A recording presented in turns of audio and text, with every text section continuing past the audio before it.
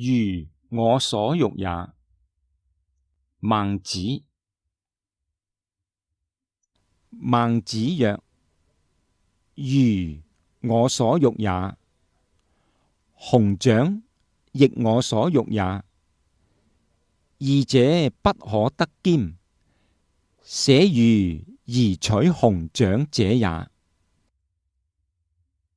生亦我所欲也，義亦我所欲也。二者不可得兼，捨生而取義者也。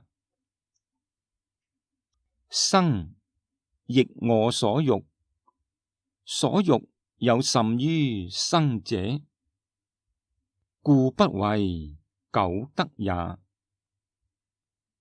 死亦我所惡，所惡有甚於死者，故還有所不避也。如使人之所欲莫甚於生，則凡可以得生者，何不用也？使人之所惡莫甚於死者，則凡可以避患者，何不為也？由是則生，而有不用也；由是則可以避患，而有不為也。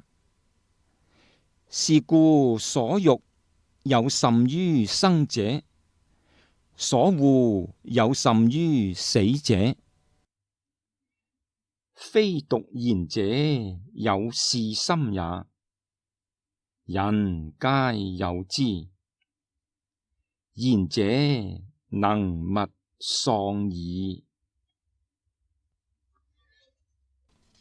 一簞食，一豆羹，得之則生，弗得則死。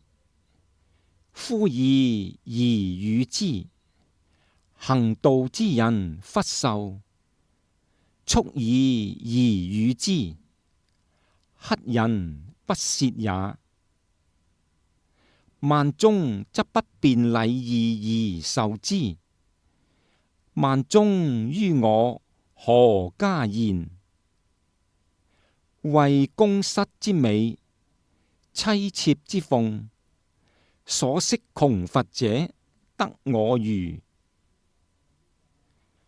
向為生死而不受，今為宮室之美為之。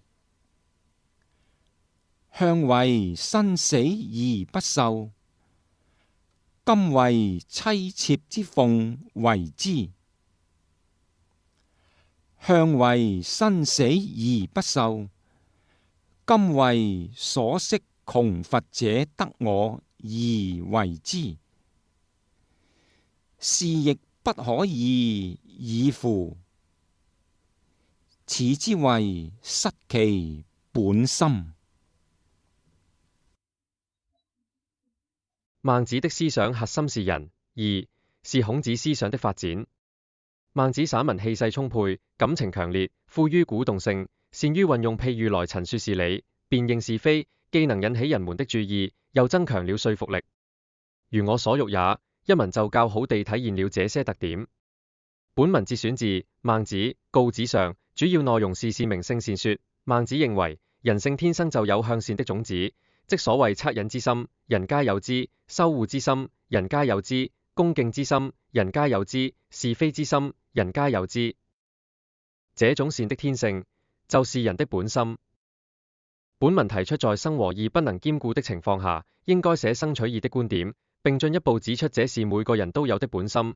那些在義上有虧失的人，不過是喪失了他們的本心罷了。孟子是儒家經典著作之一，成書大約在戰國中期，共有7篇，每篇分為上下兩部，約35000字，一共260章，記錄了孟子的治國思想、政治觀點和政治行動。孟子與其他諸家思想的爭辯、對弟子的言傳身教、遊說諸侯等內容，由孟子及其弟子共同編撰而成。本篇節選孟子告子上。告子，有學者說可能是孟子的學生，也有學者說是孟子前輩，生平事跡不詳。告子認為，只有人的感知能力受到外界刺激而發作時，才會表現出善與不善。人不因外界環境的變化而改變正常心態，無論是壓力還是誘惑，都不足以使人動心。孟子為此展開與告子的辯論，闡明自己聖善說，主張德治觀點。